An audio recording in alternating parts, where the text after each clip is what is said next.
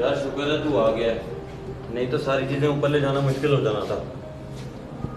ऐसी भी कोई बात नहीं है, तू भी तो मेरे काम आता है। एक तो गर्मी इतनी है, ऊपर से चीज़ों की कीमतें सुन के गर्मी चढ़ना शुरू हो जाती है। ये इम्पोर्ट की आइटम्स हैं, पहले हफ्ते में 2-3 दफ़ा आती थी, अब महीने में 2-3 दफ़ा आती हैं। पता नहीं हुकूमत क्या करना चाह रही है। यार इस हुकूमत में बहुत सारी चीज़ों के रेट्स बढ़ गए हैं।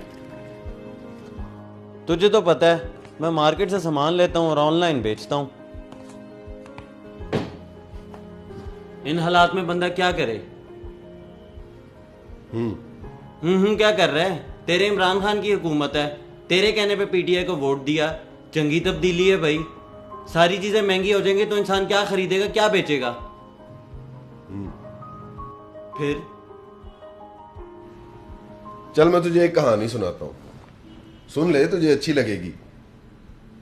एक बहुत अमीर आदमी था, उसके कोई 20 दुकानें, 3-4 घर, कोई 4-5 गाड़ियां और 5 बच्चे थे। एक दिन ऐसा हुआ, उस आदमी का एक्सीडेंट हुआ और वो मर गया। बच्चे क्योंकि छोटे थे, कारोबार संभाल नहीं सकते थे, तो मोहल्ले के लोगों ने सोचा कि किसी एक शख्स को उनकी कफालत पे लगा दिया जाए। उन्होंने मोहल्ले में से एक शख्स को उनकी कफालत की जिम्मेदारी दे दी। कुछ दिन गुजरे तो उस शख्स ने सोचा कि ना इन बच्चों की जायदाद से कुछ पैसे कमाए जाएं।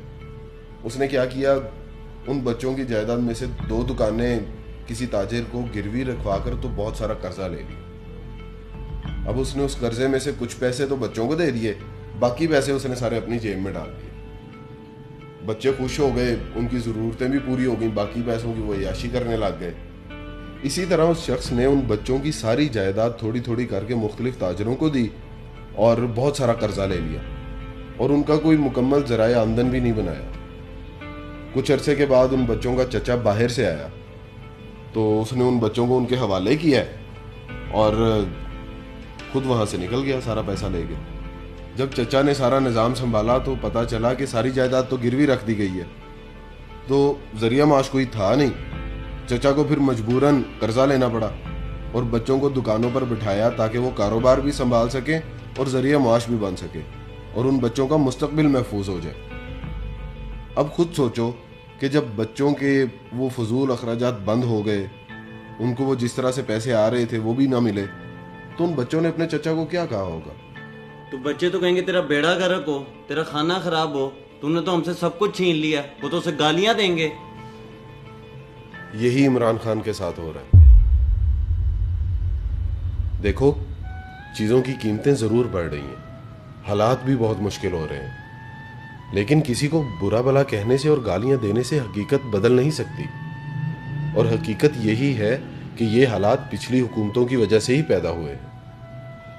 यह हुकूमत इस मुल्क के लिए वो फैसले कर रही है जो मुश्किल ही नहीं बल्कि बहुत नागुज़ीर हो चुके हैं।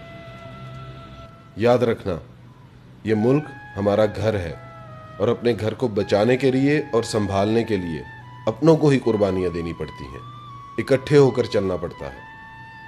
और अगर हम सब साथ मिलकर चलेंगे तो इंशाअल्लाह ज़रूर बदलेगा पाकिस्तान।